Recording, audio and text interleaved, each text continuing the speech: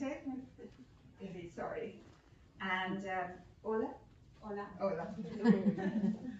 So Marta is a pig farmer and a vineyard owner, and very much involved in the circular economy. The floor is yours. Thank you.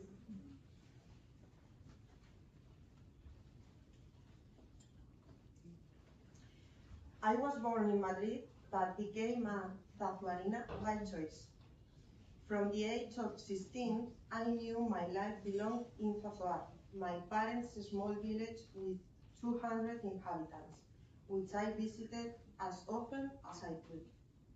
I decided to study a higher degree in administration and finance, because I always knew I wanted to start a business someday. So, driving by my love for my village and for the man who would become my husband, I achieved my big dream of moving to Zazuar permanently at the age of 22. In 2014, after losing my job because of my pregnancy, my husband and I decided to take the leap into entrepreneurship in the primary sector. We start just with 8 hectares of dryland cereals, but with our savings and a lot of determination, we began buying vineyards and leasing more farmland. In 2018, we built a pig farm. This was the perfect way to diversify our work, since the animals live indoors and aren't dependent on the weather, giving us a more stable yearly income. And of course, it complemented our farm beautifully. The manure produced by our pigs fertilizes our fields, making us a small example of a circular economy. Today, we have built what I like to call a small but mighty farm, profitable thanks to diversification, continuous improvement, and countless hours of hard work. We now manage 80 hectares and dry and irrigated crops, 20 hectares of vineyards under the Ribera del Duero designation of origin, and an intensive white pig fattening with capacity for 2,000 animals. Our agricultural products are sold to nearby small businesses, helping boost the local economy. These are family-run companies deeply rooted in the region, employing local people and keeping wealth within the area. Our piglets come from neighboring villages, which lowers their carbon footprint and reduces stress during transport thanks to the short travel distances. Since entering the primary sector, I have never stopped training and learning, always looking for ways to improve our farm. I have taken part in many roundtable discussions, interviews, and features in specialized media. I have always been, and will continue to be, a strong advocate for rural life and the primary sector. Through my social media project, #VidaCochina, I try to bridge the gap between our reality and society. I also created a LinkedIn newsletter, #Conversaciones Cochinas, where I share my experience with a touch of sarcasm and pose questions that I hope encourage readers to reflect. In October, to mark International Rural Women's Day, my #Conversaciones Cochinas made the leap to radio, and I was given a segment on Las Voces de la Radio on Radio Aranda Cadena Ser, where I read my pieces for the whole region to hear.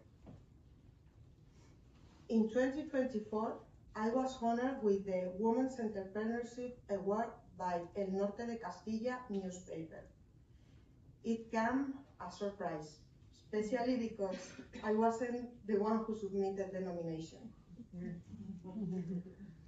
Knowing that the others believe in my work and my project enough to nominate me, and that actually one was incredibly meaningful.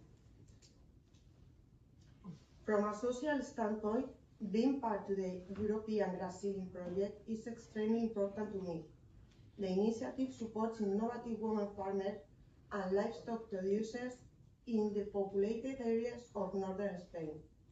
I'm proud to have been selected to represent women in agriculture, and I truly believe that the participation of all the women involved is crucial for ensuring that policymakers understand our challenges, our demands, and our needs. Through the project, I have also built a network of colleagues who have since become close friends. I have high hopes that the result of this project reaches rural decision makers, helping them understand that the policies that they craft directly affect our lives and our future, which is also the future of rural communities. If we want more women to become part of the rural world, we must first ensure dignified working and living conditions, with proper opportunities, services, and infrastructure that allow people to build fulfilling lives. I often ask myself why the future of the countryside, where we have been working tirelessly for centuries, is no longer guaranteed. We carry out our work responsibly and sustainably, producing food of exceptional quality and safety. Yet I feel we are at risk of disappearing.